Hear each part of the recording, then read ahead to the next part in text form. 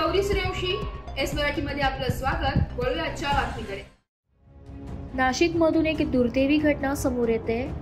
नाशिकच्या pipeline road Jio petrol पंपासमोर भीषण ट्रकने दिलेल्या धडकेत लहान मुलीचा जागीच मृत्यू झाल्याची घटना दिनांक 11 ऑक्टोबर रोजी सकाळी 10:30 वाजेच्या सुमारास समोर आली आहे।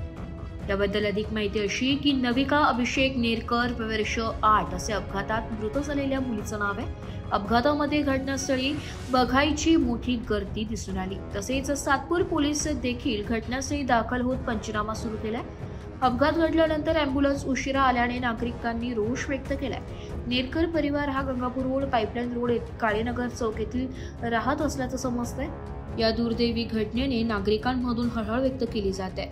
माजी नगरसेविका नयनाताई गांगुर्डे यांनी घटनास्थळी दाखल होत अधिक माहिती दिली आहे। दुर्दैवी अपघातामध्ये निधन झालंय।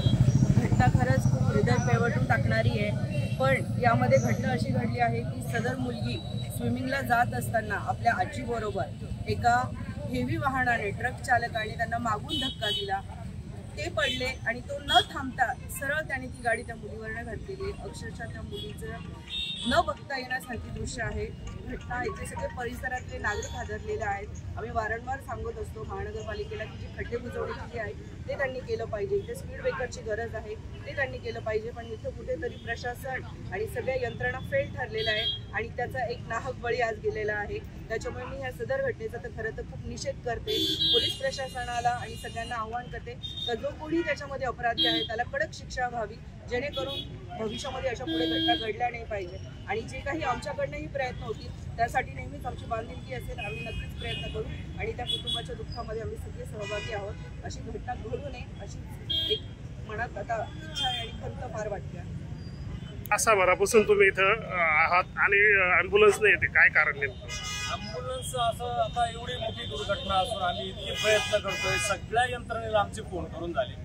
हाकेच्या अंतरावर या ठिकाणी एक पोलीस चौकी स्थापन झाली, तिच्यावर सुद्धा कर्मचारी नाही।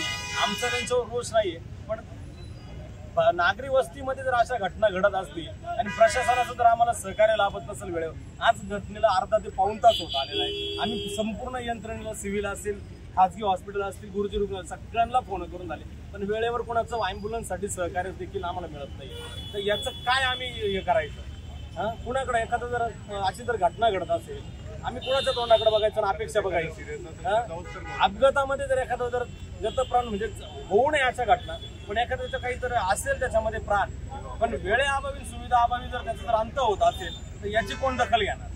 आणि प्रशासनाला आमची याच्या अगोदर वारंवार आमची मागणी होती, सदर डिमांड झालेला आहे। तिथं त्या चौकीवर इतकी सायंकाळी सकाळी गर्दी असते, सणासुदीचे दिवस आहे, सणासुदीच्या काळामध्ये जर अशा एखाद्या कुटुंबावर जर असा दुर्दैवी अंत जर येत असेल, आज जर त्या मालकाची जर परिस्थिती बघितली, अक्षरशः लिटरली 8 वर्षाचं ते बालक आहे, मुलगी नावाचं मुलगी आहे ती, कसं वाटतंय?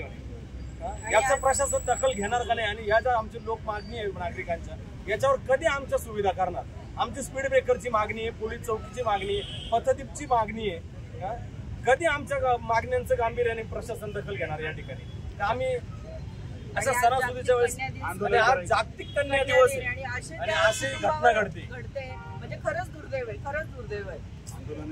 अशा म्हणजे ते काय साजरा करतील? आज बालिका दिन आहे, आज जागतिक बालिका दिन। खरंच निषेध आमची कळकळीची प्रशासनाला विनंती असेल, कृपया संबंधित इव्हन ह्याच प्रभागात पूर्ण नाशिक शहरामध्ये पावसाअभावी जे काही रस्त्यांची दुर्दशा झाली, लवकरात लवकर त्याची सुधारणा करावी, नागरिकांच्या मागणीस्तव पथदीप चालू करावे, ठिकठिकाणी स्पीड ब्रेकर टाकण्यात यावे। आमची कळकळीची मागणी अशी घटना कुणावर येऊ नये। मराठी न्यूजसाठी नाशिक शहर प्रतिनिधी नाशिक।